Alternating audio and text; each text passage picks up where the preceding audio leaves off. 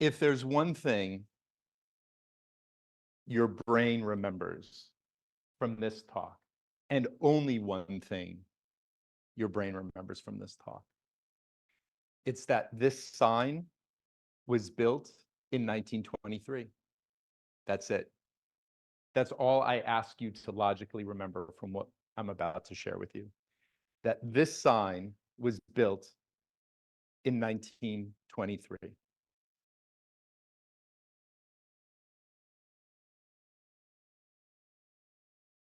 There's no such thing as time. All time exists in the present moment. And at the end of this talk, I'm going to prove that to you scientifically.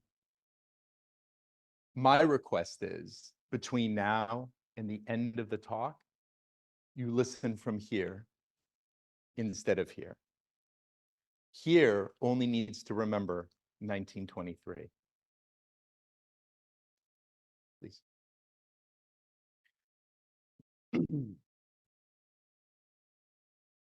When I was 20 years old, I lived in Budapest, Hungary. And one night, late at night, I was walking back to my dorm. And as I was walking back to the dorm on the edge of the Danube, a group of thugs began to come my way. And at the center of this group was an older man. And as they approached me in such a way that I was kind of backed up against the wall. And as they approached me, one of these thugs came up to me and just put his finger on my nose. And then in Hungarian said, Utvin, Utvin, Zsidó. 50-50, he's a Jew. I said, Igen, Zsidó vagyok. Yes, I'm Jewish. At which point, they pushed me further up against the wall and surrounded me. I knew I needed to stay very, very present. I knew that if I had attempted to leave, I would have played into what they wanted to have unfold. I knew if I had shown upset from a place of anger, what they wanted to have happened would have unfolded. So I stayed present. And I said, yes, I am Jewish. And at this point, the older man in the group steps out and he takes an imaginary shovel and he begins to dig a hole. And he's looking at me right in my eyes. When a farmer, he says, digs a hole and it's a complete hole, it's knowledge, Seru. It's wonderful, he says to me.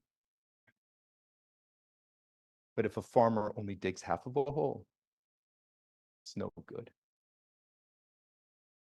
Looking right at me, he says, Hitler only dug half of a hole.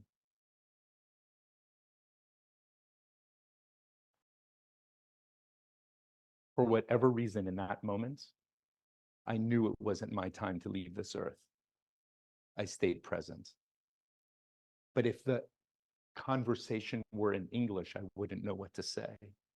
Certainly, I didn't know what to say in Hungarian. So I said the only thing I could say in a very broken Hungarian, I don't like what you're saying. And he looked at me and he said, where are you from? And I said, I'm from the United States. And he said, oh, you're not Jewish, you're American. Now, I understood enough that this was my out.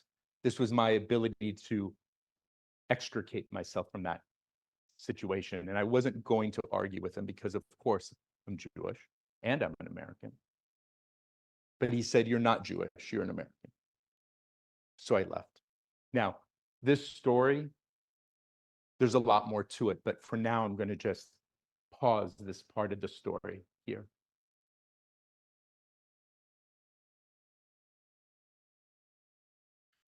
When we sit in meditation and we work to become aware of our awareness, when we sit in a meditation and we become more and more and more self-aware, it's as though we're in front of a tree that we can't see beyond. But as we have perspective, we can then see on the other side of the tree. When we become self-aware, we are able to see things that we're usually unable to see until the moment that we see it.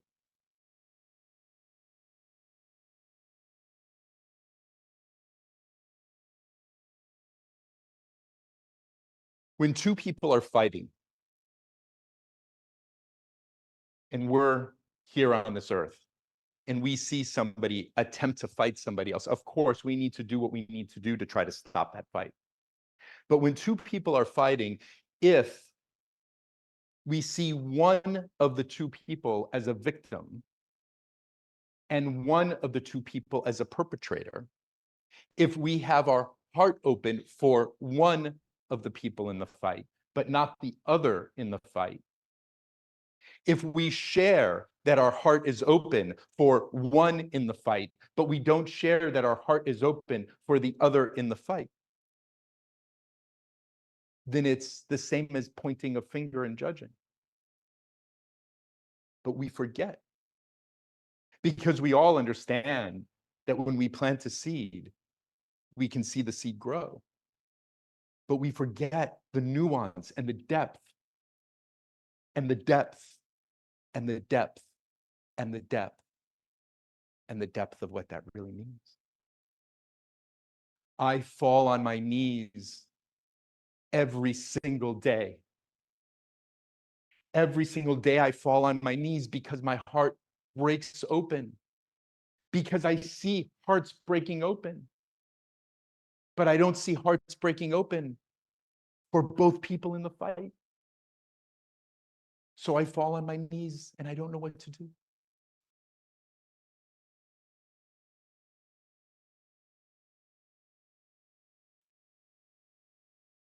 We become obligated with our awareness. We become obligated to fall on our knees for everyone and to recognize the importance of that.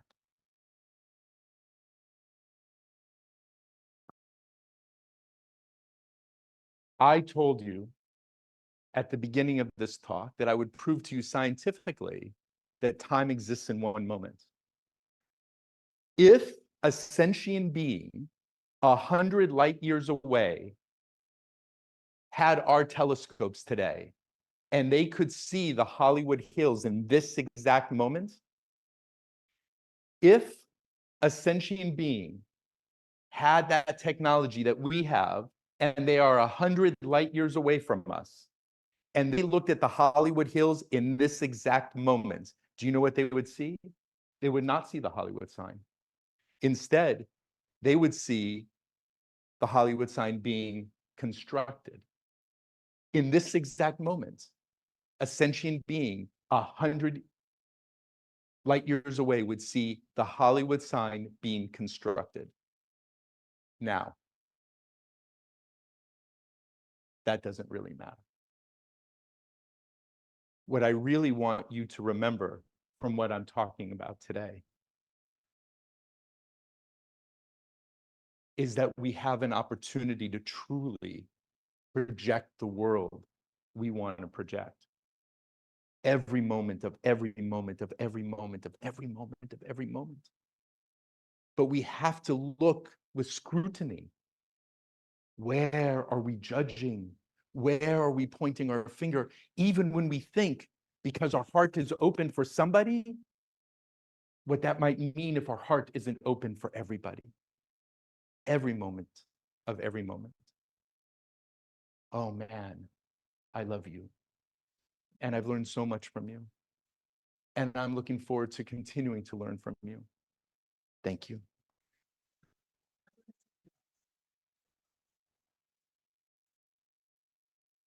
Yes.